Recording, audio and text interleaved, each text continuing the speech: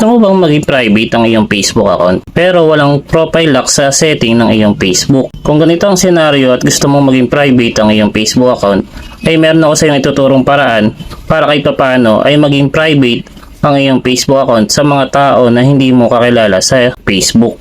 Ang kailangan mo lang gawin ay open lang ang iyong Facebook account at pagkatapos ay pumunta ka sa setting nito. Para gawin yon, pinutin mo lang yung menu sa gilid at pagkatapos mag-scroll up ka at hanapin mo lang yung settings and privacy at sa ibaba niya na ilalabas yung setting, pinutin mo rin ito para mapunta ka sa setting ng iyong Facebook account. Ngayon, kapag nandito ka na sa settings and privacy, ang kailangan mo lang gawin ay hanapin lang itong privacy checkup. Kapag nakita mo na, pinutin mo lang yan. Sunod naman, kapag nandito ka na sa privacy checkup, pinutin mo naman itong who can see what you share. Pinutin mo lang yan. At dito ay may mga step na kailangan mo lang tapusin. Pinutin mo lang yung continue sa ibaba. Pagkatapos, pupunta ka dito sa profile information. Ngayon, ang gagawin mo lang dito ay kailangan mo lang iset lahat ito sa only me. Dahil ito ay napaka-importanting details dyan sa iyong Facebook account na dapat ay tinatago mo at hindi mo dapat ipapaalam sa iba. Sunod naman, kapag naiset mo na ito lahat sa only me, pinutin mo lang itong next. Dito naman ay mapupunta ka naman sa post and story.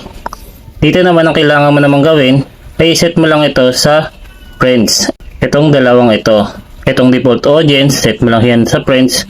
And then itong stories, set mo lang rin yan sa friends.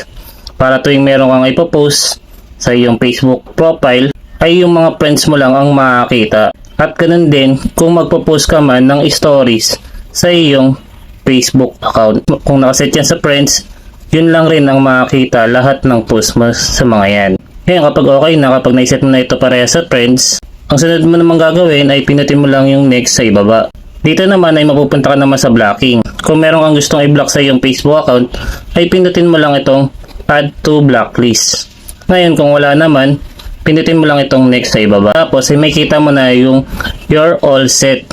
Kapag lahat yan ay nakacheck na, pinutin nyo lang po itong review another topic. Sunod naman, babalik tayo dito ulit sa privacy checkup. Ang kailangan mo naman gawin dito boss, ay pinutin mo naman itong how people can find you on Facebook. Pinutin nyo lang yan. At pagkatapos may mga step ulit tayo na kailangan tapusin dito. Pinutin nyo lang po yung continue sa ibaba. Dito ay mapupunta po kayo sa friend request. Ang kailangan nyo lang pong gawin dito ay set lang po ito sa friends of friends. Para yung mga kaibigan ng kaibigan mo na possible na kakilala mo ay pwedeng makapag-add sa iyong Facebook profile o sa iyong Facebook account. Ngayon kapag naiset mo na po yan sa friends of friends, pinutin mo lang po itong next. Dito naman ay mapupunta naman po tayo sa phone number and email. Ang kailangan mo lang pong gawin dito ay iset lang po yung phone number at email sa only me para hindi ka masenda ng mga nagtatangkang mag-open or mag-hack sa iyong Facebook account ng mga phishing link. Ngayon kapag nakaset na po ito sa only me, sunod nyo naman pong gawin ay pinutin lang po yung next sa ibaba. At dito ay mapupunta naman po tayo sa search engine. Ngayon po kung ayaw nyo pong ma-search yung inyong Facebook profile outside in Facebook, ang kailangan nyo lang pong gawin ay i-turn off nyo lang po ito. Pinutin nyo lang po yan at mata-turn off na po yan. Ngayon kapag na-turn off na, ang sunod mo naman pong gawin ay pinutin mo lang po itong next sa ibaba. At pagkatapos, click nyo lang po itong review another topic. Pagkatapos ay mababalik po ulit tayo dito sa privacy checkup. At ito lang pong dalawa ang kailangan nyo lang pong gawin para kahit paano ay maging private ang iyong Facebook account sa mga tao na hindi mo kakilala. Sana po ay makatulong po sa inyo ang video na ginawa ko.